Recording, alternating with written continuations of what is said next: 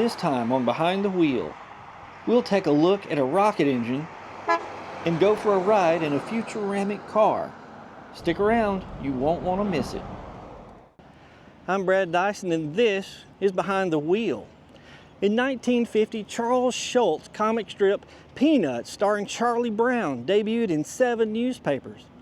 Walt Disney released the animated film Cinderella. Child actress Shirley Temple retired from acting at the young age of just 22. The Diners Club introduced the first charge card, what we now call credit cards. Silly Putty, a new toy advertised as the real solid liquid toy, went on sale for the first time. And Oldsmobile released the Futuramic 98, and I'm talking about this, the 1950 Oldsmobile 98 Deluxe. It was Oldsmobile's full-size flagship top-of-the-line model. Oldsmobile challenged consumers to drive the car that makes distance an exciting adventure. Well, the 98 needs a little explanation. You see, in the 1940s and 50s, Oldsmobile named their cars Series 60, Series 70, Series 80, and Series 90. When Oldsmobile began selling their cars with 8-cylinder engines, well, they just added the 8 to the series number. So an Olds 98 was a Series 90 Oldsmobile with the 8-cylinder engine. And when we think of the 1950s, we think of, well, putting peanuts in our Coca-Cola, going to drive-in movies, and listening to old-time rock and roll. Well, but when this 1950 Oldsmobile came out, rock and roll did not yet exist. According to many music historians, the first rock and roll record came out a year later, in 1951. That record was Rocket 88 by Jackie Brenston and his Delta Cats. Now, Rocket 88 was a song written about an Oldsmobile Series 80 with the 8-cylinder engine that Oldsmobile called the Rocket. Well, this is a Rocket 98. Since I mentioned music, I want to put this in a sort of a musical context. The best-selling song of 1950 was Goodnight Irene by Gordon Jenkins and the Weavers, followed by Mona Lisa by Nat King Cole. Advertisers said, Oldsmobile rockets ahead with its glamorous new Futuramics, brilliant rocket engines, and new whirl-away Hydramatic drive. The 1950 Olds 98 was beauty as fresh and flowing as the rocket action. And there's something special about this 1950 Oldsmobile 98. It's a survivor car, never been restored, only maintained. Now let's take a closer look at this glamorous 98, then we'll go for a ride in it to see if we feel glamorous as that rocket engine whirls us away. I can hardly wait to ride in this car. This Cold War classic was a product of its time with the rocket engine and rocket hood ornament. The ringed earth hood emblem continued the rocket propulsion theme. All the chrome on the front of this car really makes it stand out. It really is a beaut. The Olds 98 came standard with bumper guards, dual horns, and parking lights. Olds advertised that its rakish lines and bold contours are gracefully proportioned to achieve true classic design. You see, even in 1950, Oldsmobile called it classic. It was the first totally slab-sided Oldsmobile and the first sedan with wraparound rear windows. Oldsmobile continued the rocket theme with a second ringed earth hood emblem on the trunk. The stainless steel teardrop just beneath it hides the keyhole for the trunk. Remember that this car has never been restored, only maintained. Fender skirts is another feature that should be reintroduced to modern cars. They just add so much to the look. The 1950 Olds 98 had the lowest, widest Fisher body in Oldsmobile history. The Deluxe model had the highest grade of Oldsmobile's exterior trim. This Oldsmobile was designed by the legendary Harley Earl, who created the Buick Y-Job, which was the first concept car in history, the LaSalle, and the Corvette. White wall tires and those stainless wheel covers are the icing on the cake. Oldsmobile's Futuramic design combined beauty with utility.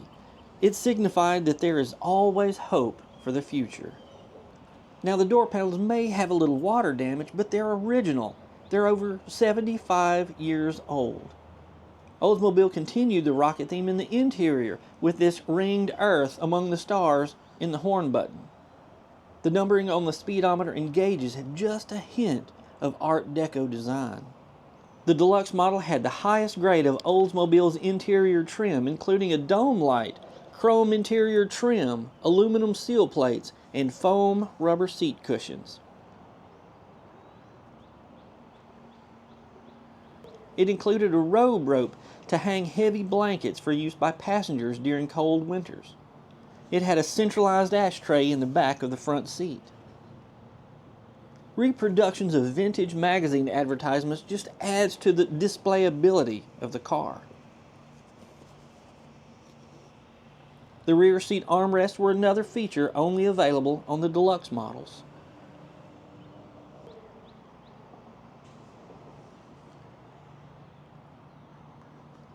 This double chrome trim was only available on the Deluxe model. A small crank opened the side vent, which was lockable. Body by Fisher symbolized quality, safety, and craftsmanship. Fisher built bodies for GM cars from 1908 until sometime in the 1980s. When Benny bought this car, he found the original Hydramatic transmission operating and maintenance instruction card under the seat. This is rare as hen's teeth. Look at that. I want to introduce you to Mr. Benny. He's the caretaker of the 50 Oldsmobile 98. And Mr. Benny, when you saw this car for the first time, what was it that made you say, I've got to have it? Well, I've always liked the big GM cars. I've had Cadillacs, I've had Buicks, and when I first saw it, it was all dirty in an old shop, but I immediately loved it because I liked the old big cars. Mm-hmm. And when my wife first saw it, I said, well, what do you think about it? And she said, oh, it's a beaut. So that's how she got her name. We got us a tag naming the car. So she likes it better now. Well, that's good. But she wants air conditioning, and unfortunately, these cars did not come with air. That's right, that's right. Now I want you to, let's see, you pointed out the beaut. I want to point out the other features on this car. It looks like the earth, kind of like with the rings of Saturn. It is, that's what it stands for. Mm-hmm. And we got the rocket here, the hood emblem. Yep, that's because of the engine. The rocket because of the engine? 88 engine. That's right, that's right. Well, can we take a look at this rocket engine? Sure. Now, this was the engine made famous by the song Rocket 88. I love that air cleaner setup. Mm-hmm. That's just, it's huge. And look at that carburetor. That's a weird looking carburetor. It sure is. You've kept this 6-volt, hadn't switched it over to 12-volt, which I love. Everything on the car is original except for the new carpet I put in. And I like how you've got this cutoff. Well, the old 6-volt batteries over time will tend to draw down, and you have to charge them up. So after I get finished driving it, I just flip that up and it breaks the circuit. Can you start it up for us? Sure. Wow. Listen to that. It's so quiet. And the more you drive it, it'll get quieter than that. Now the engine was rebuilt about 9,000 miles ago. And the car only has 78,000 original miles on it, which is not bad for a 76-year-old vehicle. Those valve covers are fantastic. I've not cleaned the engine up. I've just left it just like it. Can we go for a ride in it? Sure. And one thing about this car, which probably you won't see on hardly any cars, it has the original spare that came with the car. 1949 on the sidewall. Look at that. An old Uniroyal. That is fantastic. Part of the tire changing instructions. The jack, yeah. Sorry. And tell me again what this is. That is an outside sun visor. Those were aftermarket options you could get for the cars. And of course it blocked the traffic light, and you had to get The little prism. a little prism on, to go on the dash to see the light. And I just did not want to drill holes in my roof to put it on. And then this is an air cooler that you put water or ice in and put it on the front window and roll the window up, and going down the road you got a little bit of cool air. It's like a like a turbine kind of. Yes, and it does have, the name is still on it. Look at that. Firestone car cooler. Firestone car cooler. Ride in cool comfort. Look at this. And that's where you fill it, Push to with fill. the water. We've come a long way. We sure have. That is so cool. I love that rocket hood ornament. That is one of the coolest I've ever seen.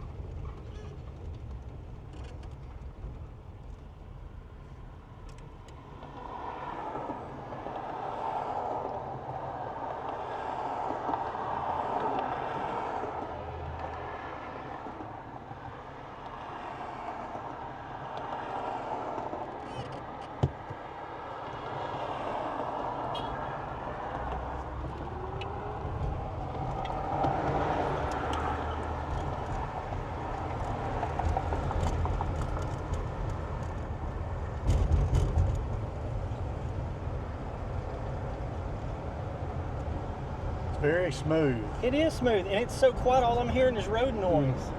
You can't even feel it shift into fourth gear.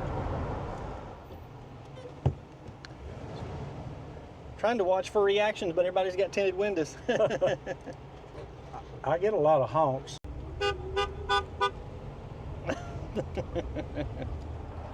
Now, Mr. Benny, what's your favorite part about this car? Favorite thing about it? Probably the grille and the white wall tires. Oh yeah, yep. It has such a low, wide stance to it. And of course, you know, reading up on it, they dominated the NASCAR circuit for several years in the early 50s. I just can't get over it. Even with the windows down, how quiet and smooth it is. From certain angles, without the grille in it, it's very much has the same look as a Buick. And the seats are so comfortable. Yes, they are. You can drive all day long in this car. And the Deluxe was the only model that had the clock in it. I wonder what, was it just a delete plate, or did they have some there? It was just nothing there, just a plate, yeah. And I love how this dash is steel. Of course, it wouldn't give you any protection if you were in a collision. In the chrome. Yeah, I cleaned that. And that is gorgeous. Oh, one of the B-52s coming in. You tell we're around Bossier. Yep. Yeah, people complain about those sometimes, but to me, it's freedom. That's right. And you're a Vietnam vet, I understand. I am. That's wonderful. Now, have you had to do a lot of work to the car? No. All I've done to it is put the new carpet in it, and I've not put a new battery, and I put a new fan belt and two radiator hoses, and that's it. I've not had to do anything mechanical. Well, that's just routine maintenance that anybody would have to do on any car.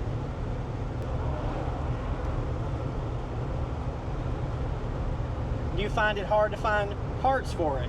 Well, they're not as plentiful as a Chevrolet, but you can find parts for this car. You just have to hunt. That's right. a little more. I've always been drawn to the more unique cars of GM, the big cars, Oldsmobile, Buicks, Cadillacs. Supposedly, this was one of the best engines General Motors ever made, from what I've been able to read. That's right. I see you still use the spinner on the steering wheel. I do. Lady luck. It does help, you know, since it doesn't have power steering, turning a corner, and has a very nice horn. Oh, yeah. And not many old cars of this vintage have turn signals that work. The best thing you can do for these old cars is drive them often. Well, how often do you get to drive it? I try to crank it at least every 4 or 5 days, and then drive it at least every couple of weeks. It's better than just letting one sit. What are some of the most memorable reactions you've had to this car? Well, believe it or not, it's mostly been from younger ladies. Really? High school, college. All right. With their thumbs up, honking the horns. There's only a certain demographic that are interested in these, because I grew up with these cars. And the younger generation, unless they're just into cars, these don't attract those. That's right. That generation. It's odd how that works. Yes, and you know, this era automobile is harder to sell than maybe something in the late 60s and 70s. Right. Well, if you could take a road trip anywhere in America, where would it be in this car? Route 66. Route 66. Good old Route 66. I've watched several documentaries on it recently, and I would love to start in Chicago and drive the whole way. That would be so much fun. It would be good to have power steering and power brakes, but once you start doing that, you take away the originality of the car, and it's only original one time. Well, and the thing about it, once you start moving, the power steering doesn't matter. No. You know, that's only if you're parked. And so this knob really helps turning like this.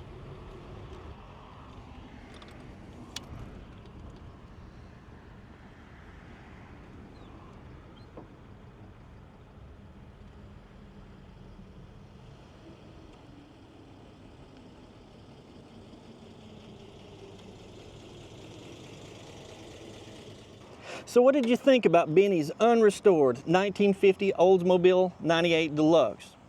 It sure was an amazing ride in a cool car. The Series 98 was Oldsmobile's longest running model and was among the oldest passenger car nameplates in the United States when it was discontinued in 1996. Since Oldsmobiles are no longer being produced, they're considered orphan cars. And Lord knows I have a soft spot in my heart for orphan cars, especially survivor orphan cars, ones that haven't been restored. I want to know what kind of cars and trucks you have a soft spot for. Tell me about it. I'd love to hear your story. If you want to see more cool classic cars and trucks, be sure to hit that subscribe button. I'm Brad Dison, and thanks for watching Behind the Wheel. I want to go for another ride.